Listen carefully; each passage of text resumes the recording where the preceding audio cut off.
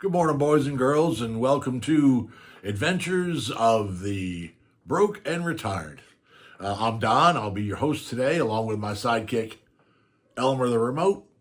We're going to have a chat about some of my work employment, some of my work history, just for fun. You can hear Barney and Ed in the background going nuts in the backyard. It is what it is. I'm not going to stop it just because them guys feel mouthy.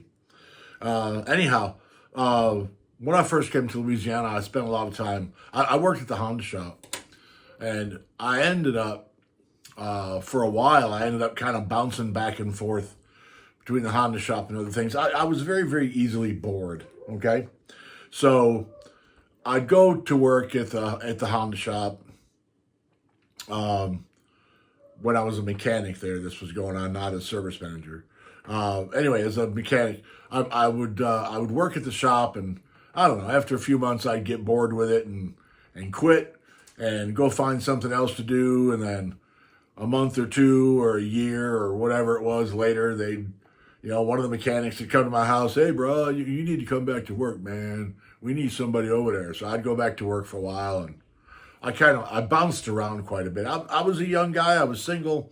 I didn't have a lot of responsibility. So I was just acting a fool. Anyway, on one of my hiatuses, whatever it is, from the Honda shop, I decided that I was going to go get rich and famous working offshore. If you've never worked offshore, it's a world all in its own. Anyway, I talked to a friend of mine and about where to go to see about working offshore. And he said, what you need to do is go to Intercoastal City. He said, start at one end of the dock and just go to every place, stop into every place. He said, before you get to the end of the dock, you'll have a job. So, all right. So I jump in my car, drive down to Intercoastal City. It wasn't that terribly far. I don't remember how far it was now. In fact, I don't even know if I can point it out on a map now. But anyway, I went down to Intercoastal City. And this I'm sure is going to end up being more than one episode. But anyway, so I go down to Intercoastal City, and I did exactly what he said. I parked in the big parking lots and went all the way. I parked in the middle, and so that I wouldn't have such a far walk back to my car. And I went all the way down to the end, to the very first place. And I went in there and I talked to him, and first place was a dead end, second place, dead end. And I was running into a lot of dead ends. And I walked into this place, and it was a long kind of hallway, but bigger. It was probably 10, 12 feet wide, kind of long. I don't know how long it was. But when I opened up the door and looked inside, it was kind of a distance down there. And all of it was tile floor, tile walls, ceramic tile. I don't remember what the ceiling was, but it was ceramic tile floor, ceramic tile walls. The room was empty with the exception of a couple of chairs, just metal chairs. And there was a telephone on the right-hand side. And it was like a payphone. And at that payphone, there was this guy who was going bonkers. He was having an argument with somebody on the other end of the telephone, and he was screaming at him and cussing and hollering and making a racket, and all that ceramic tile, everything echoed, So when I opened up that door and walked in, it was, excuse me. Gotta love that pause button, man. So when I walked in, everything was echoing, everything was loud, and there's this guy screaming on the phone, and there's a window down at the end of the thing, and I walked in there, and the phone was on the right. I walked in there and kind of stayed over to the left, I don't know who that guy was, but man, he was going off. So I walked down there past him. And I go to the window, and I press the little button, the little buzzer, press the little button, and this guy slides the window open. Pretty much he says, what do you want? I said, hey, I'm here looking for a job. And he said, we don't hire people at this window. You got to go talk to a boat captain. All right. So where do I find a boat captain? And he looked up at me and he went like this. And he pointed over to that fella that was on the telephone. Now, in all honesty, I had no intention of talking to that dude because he was going off. He was obviously not in any mood to talk to anyone besides whoever he was on the phone with. So I just decided I'll go to the next place. And I walked towards the door to leave. And when I got kind of up behind the guy that was on the phone, he slammed the phone down, turned around, pointed at me and hollered, "You want a job?" So I said, "Sure." And he said, "Good. The first thing you got to do is take me to the store." So we went and got in my car and carried off down to the store, down the road a little ways, talked a little bit on the way. He was captain of a 110-foot supply boat.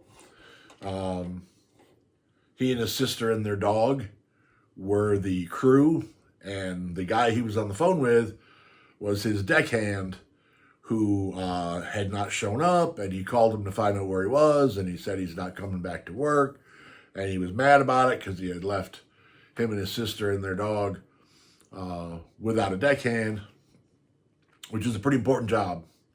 And I was standing there, so he hired me. So, and he told me some stuff I needed to get to, because when you go out on a boat, you're going to be out on the boat for a week or two, whatever the hitch happens to be. So we went to the store, bought some stuff, and went and got on the boat. And they kind of showed me around a little bit and introduced me to the dog and told me what of course, I had never been on a boat like that. I'd never been on a supply boat. I'd never been on any boat like that. It was metal. The boat was steel, had a wooden deck in the back. 110 feet is considered small for a supply boat, but it was big to me. And the job of the boat, being a supply boat, obviously was go rig to rig or shore to rig, whatever, with supplies. So we got on the boat and sitting there talking, and he said, "All right, go start the engines." And I'm like, look, I'm not gonna lie to you. I didn't even know where they were, okay, let alone how to start them. What can I say? But they had, so he went down and showed me. I told him, I said, "I don't know how to do that." So he went down and showed me. And they had what they call air starters on those motors. There's two of them, two huge diesel motors. And they had a little arm sticking out, a little lever sticking out down by the starter motor with a ring on the end, with a loop on the end. And what you did to start the motor was you pulled that up, and that allowed air into the starter, I guess, and spun the motor over to start it. Now, it was all metal. It was all metal down there. And when I tell you that those starters made a lot of noise, I mean, that was huge noise. But the motor started up and we got underway, and he got to give me a clue on what's going on. His sister showed me around, showed me where stuff on the deck was, and we commenced to going about our job, going about our business. And it went like that for a couple of days, and we were out in the Gulf. If you've never been out in the Gulf, it's pretty interesting. This is getting up into 9.5 minutes, so it's going to be two parts.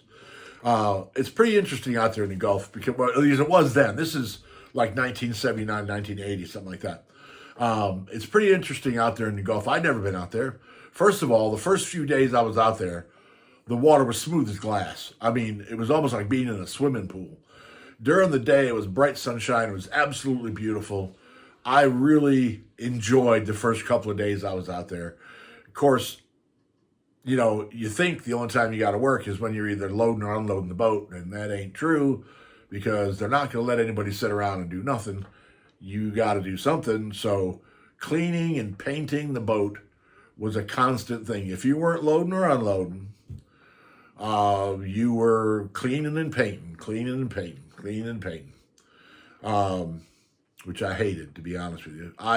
To this day, I hate to paint. My business that I'm just retiring from is home repair and maintenance, and I've done a lot of painting, and I hate painting. It's so monotonous, you know. It's just so, it's boring to me, very boring to me. Anyway, so you're cleaning and painting and cleaning and painting. And one day I was on the boat, and lo and behold, well, here we go. We're going to have to break this into two pieces. This is Don with Adventures of the Broke and Retired. Thank you so much for being here. Thank you for subscribing, and don't forget to hit that notification bell so that you know when videos featuring me, your host, and my sidekick Elmer will be here to get videos for you. Let's move on to part 2 of this. Sit tight. Come on, Elmer.